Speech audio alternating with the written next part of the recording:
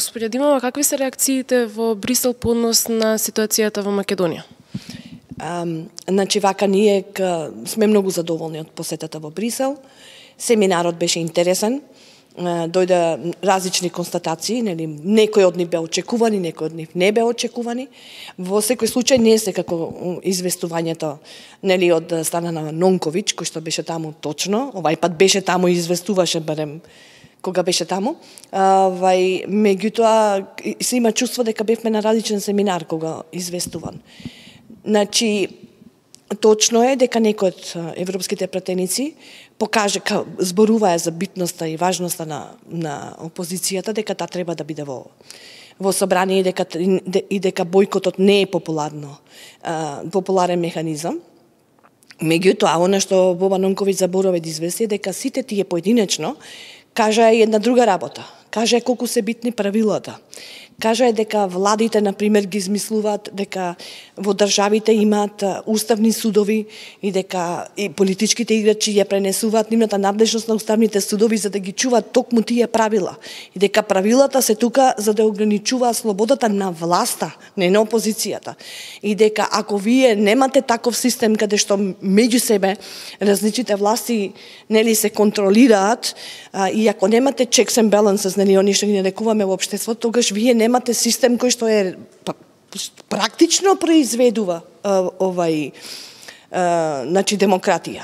Кажа дека изборниот процес мора да биде во рамките на демократските процеси на една држава. Кажа дека во една држава каде што нема судство, каде што нема независност во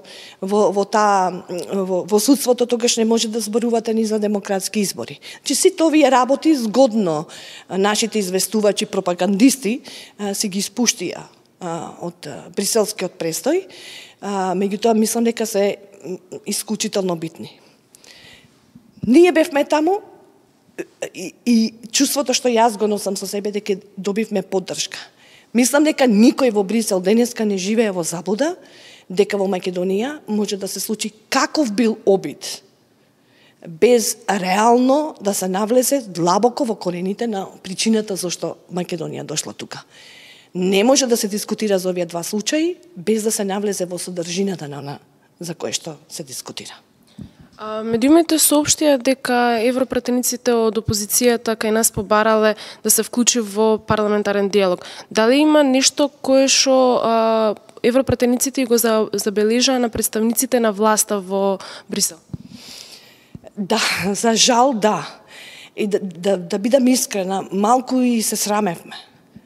Значи да доживеете вие со 25 годишно искуство, да одите во Европскиот парламент и да ве учат како е поделена власта на извршна, законодавна и судска, да ве учат дека невладините организации, дека граѓанското општество, дека медиумите мора да бидат слободни и дека тие треба да пренесуваат, затоа што така функционира целиот систем. Да ви кажат дека Уставниот суд мора да биде независен, за да може да се постигне тоа, за кое што сите се стремиме. Мислам дека не вратија на збуката. За мене е тоа, како да ви кажам, навистина е срамота. И овие пораки беа главните пораки. И затоа политичката култура, како што се викаше семинарот, помалку кажува дека не вратија на базичното ниво. Значи, ние заборавивме, ние мислиме дека знаеме да читаме, во меѓувреме ја заборавивме збуката. Вака не подсетија малку како се пишува буквата. Има ли волја од страна на Европската унија да посредува вршање на политичката криза во Македонија и очекуваат ли некакви конкретни резултати после средбата која што треба да се одржи на 31 помеѓу представници делегати од Европска унија и од СДСМ и од ВМРО-ДПМ? За сега се е во фаза на подготовка, немам некои конкретни информации што би можела да ви ги дадам. Значи ние сме подготвени, значи волја има од наша страна, ќе видиме што на крајот ќе излезе од тоа. Процесот за пристапен диалог клате во моментов замрзнат. Сметате ли дека има голема опасност Македонија да ја изгуби препораката за членство, и да го изгуби кандидатскиот статус?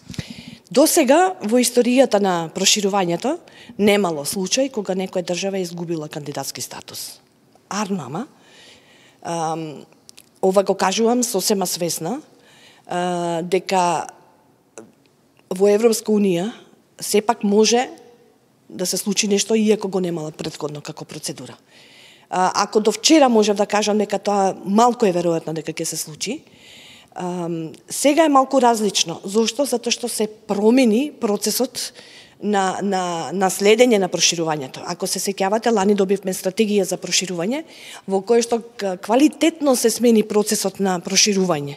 Значи, ги има тие 3 столба за кои што зборуваат за економското владење, одеднаш станува битно, да не навлегувам во деталите, и тоа го темелат, значи промената на тој процес се темели на еден многу битен документ кој што излезе во Европска унија некаде во минатата година, во 2014, и тој документ се вика нова рамка за владењето на правото. Документот, значи, не е измислен за Македонија, доко е измислен за државите членки. Да бидам искрена, измислен е поради Унгарија. Проблемите што Орбан ги прави во Европска унија поради Унгарија. И одеднаш сега имаме ние инструмент, практично во Европска унија има инструмент според кој што може веднаш да се повика на тој инструмент Европската комисија, дури кандидатска статус да ни го одземе. И јас искрено се надевам дека до тоа нема да дојде, затоа што ако тоа се случи, тоа е, не знам, сериозно не враќа, не знам каде не враќа. Во 90-тите, не знам каде ќе не врати тоа. Дури одземањето на препораката би било поразително за државата и би било крајно штетно за државата. Меѓутоа, факт е една работа, дека во меѓувреме нема реформи.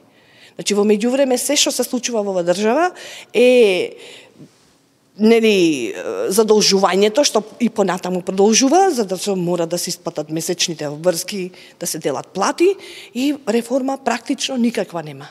Никој не се зафаќа за реално да се зафати во својот сектор и да ги сработи работите поради ова што се случува во државата. Државата нас ни е во длабока агонија.